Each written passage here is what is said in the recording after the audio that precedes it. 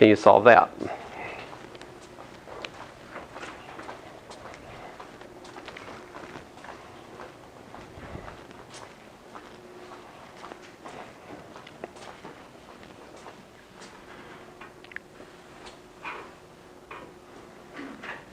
So the way we solve that is write down the characteristic equation like we just did.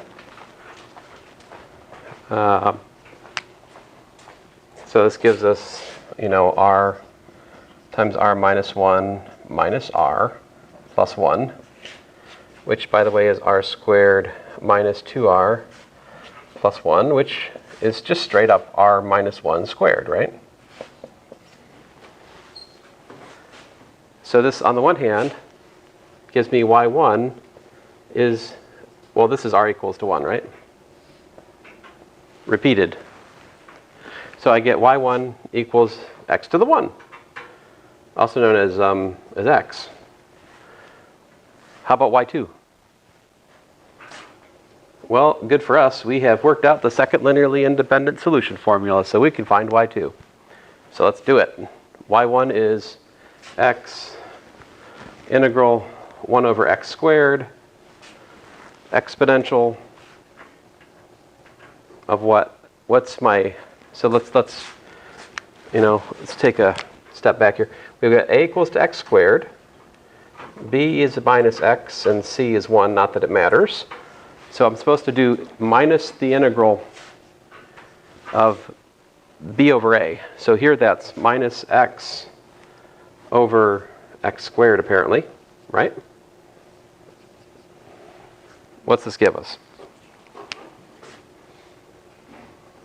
We have x times the integral 1 over x squared. Lo and behold, exponential of the natural log of x. Oh, hey, that's cool, right? So this is just giving me 1 over x. So I have x times the integral of dx over x, also known as the natural log of x times x. X log x is the second solution. So my solution in general here is c1x plus c2 x log x. So that's what happens when we have a repeated root. For the case of the Cauchy Euler problem, we have to multiply by the natural log of x, which is kind of weird, but that's how it goes.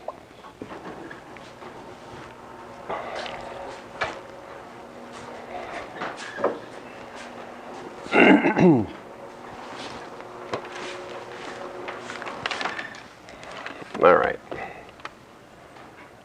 So there's something I'm supposed to show you guys today before I forget.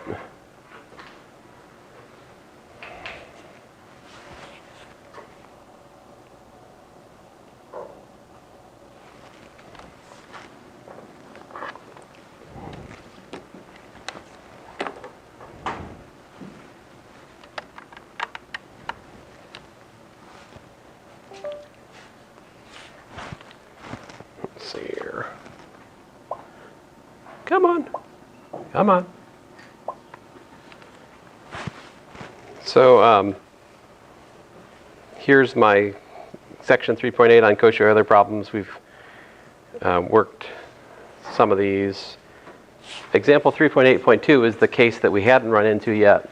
That one, when you look at the characteristic equation, we get distinct real roots, So instead of having to multiply by natural log of x, or having to use the complex exponential business, we just we just solve the equation, and it gives us two roots, two r's, and plug them in, and there it is. Like if I can find my laser, that'd be helpful. What do you guys want, blue or red? Red currently, okay. So here's my characteristic equation. We get r is minus 1 or minus 2. So I got c1 x to the minus 1 plus c2 x to the minus 2. This obviously is giving us all kinds of solutions that we haven't seen elsewhere, right? Like constant coefficient problem and the Cauchy Euler problem look rather different. They're solution sets. So here I actually work out the second linearly independent solution set in the case that R is a repeated 2. As you can see, it still works out the same way. It always just multiplies the first solution by log x. So as a general point of order, if you've got a repeated root, you just multiply by log x. If you've got a 3-peated root, you have to multiply by log x squared.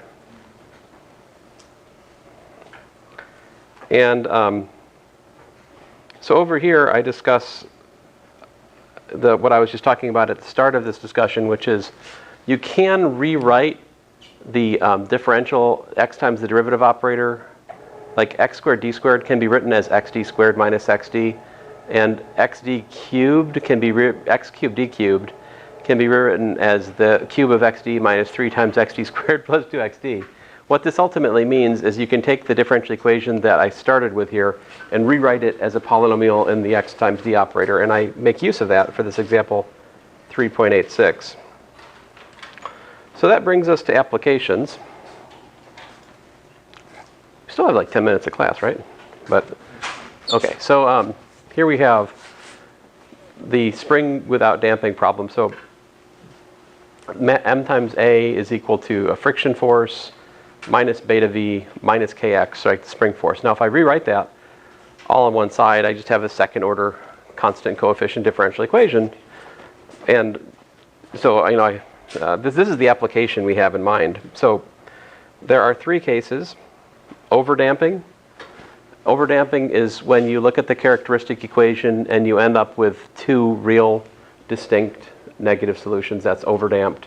If when you solve the characteristic equation for this, you get a repeated root, that's called critical damping. And then finally, if you solve the characteristic equation and you have a complex root, that's called, so the critical damping brings a t into play here. And if you solve the critical equation and you have a complex root, that's called underdamping. Underdamped solutions get like exponentials times sines and cosines, all right? This is all that can happen because if the coefficients for the second order problem, like ay prime, mx double dot plus beta x dot plus kx, the m, the beta, the k being positive, it forces the solutions to look like these 3 things. They have to be basically negative exponentials with negative arguments, times either t or sine or cosine. This is all that can happen.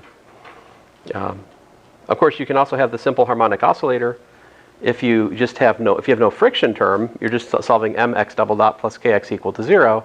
That gives us a characteristic equation of m lambda squared plus k, which has solutions plus or minus I over root k over m. Use this characteristic frequency k over m, and you can write the solutions like this. You get sines and cosines. It's called a simple harmonic oscillator because it's simple and it oscillates. But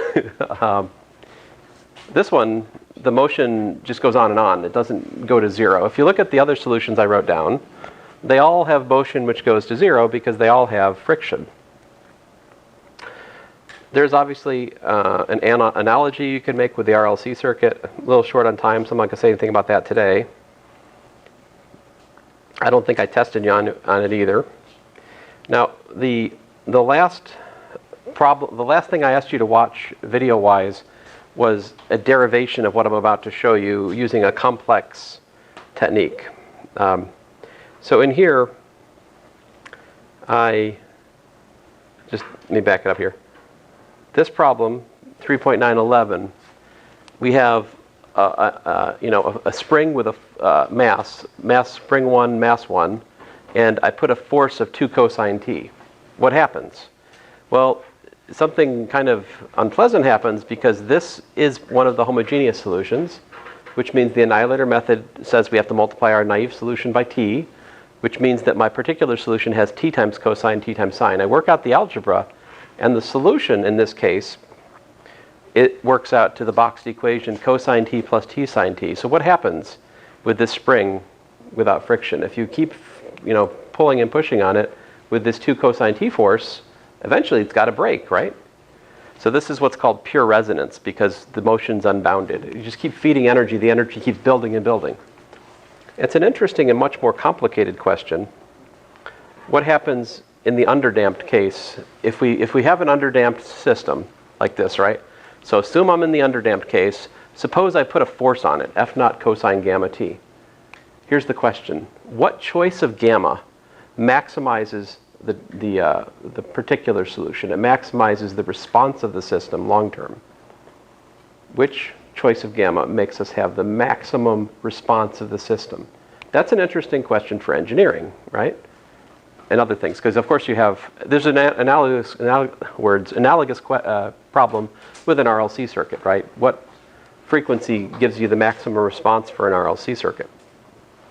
So I worked that out here, and it takes me about 25 minutes to work this out carefully. I'm sorry I'm shortchanging you guys this time, but basically that's the solution in the underdamped case works out to this. So this is the homogeneous solution where I've introduced, omega for this particular frequency here, 4mk minus beta squared over 2m. And then the particular solution, it can't overlap, right? So this is not the same type of function as the homogeneous. So we don't have to worry about multiplying t for overlap, right? Cosine is definitely not linearly dependent on these guys because there's this exponential here. So that makes the particular solution just have the form, a cosine gamma t plus b sine gamma t. So I differentiate it, plug it in, do a bunch of algebra, some of which is a little bit non-trivial, and after a bit, this solution pops out. We find that the particular solution has the form f naught over the square root of this quantity times the sine of gamma t plus phi. All right. One of my favorite steps in all this is you originally get this business. You get a sum of sine and cosine, but you can combine these into a single sine by using a trick from trigonometry. That if you have a sum of sines and cosines of the same argument, they can be recombined into a single sine with a possibly shifted phase and an amplitude which is given by the square root of the sums of the amplitudes multiplying the respective sine and cosine, which ends up being this.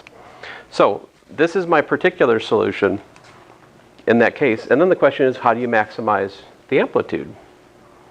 Well, after you have all this, the answer is fairly simple. We need to take the derivative of the amplitude with respect to gamma and set it equal to 0. That should give me the critical frequency. All right? So we do that. I differentiate it. I set it equal to 0. I do the algebra. And after a bit, we find out that it has solutions plus or minus the square root of 2mk minus beta squared over 2m squared. So the frequency which maximizes the response to that forcing function is given by square root k over m minus beta squared over 2m squared. This is how to solve that problem in your homework where I ask you to maximize the amplitude. I don't forget my wording exactly, but there's a problem in your homework which is based on you using this result to solve that problem. So you don't have to rederive all this. You can use that there for that problem. If you notice, I was careful not to say derive this. I said it can be shown. That means that you don't have to show it, all right? Which is important. Another thing, there's a trap in one of those problems. This is a maximization problem, all right? It's a maximization problem. We found that that's the solution. What happens? What does it mean? So first of all, I threw out the minus because I say we can just consider positive frequency. So if you think about it, the choice of frequency could be 0, which we'd call a DC signal, right? And it could be as large as we want. What does it mean if this is complex, if this is imaginary? What that means is that there is no critical frequency there's no answer with a positive frequency. In that context, if you study it, the DC frequency gives the maximum output. Just a constant force gives you the maximum response. So beware of that. This formula can work out to be negative, and if it does, then the answer is just constant force gives you the maximum response. So anyway, sorry I didn't spend longer on the applications at the moment. If you'd like me to dwell on it more in next class before the test, we can do that. And be sure you got your homework back.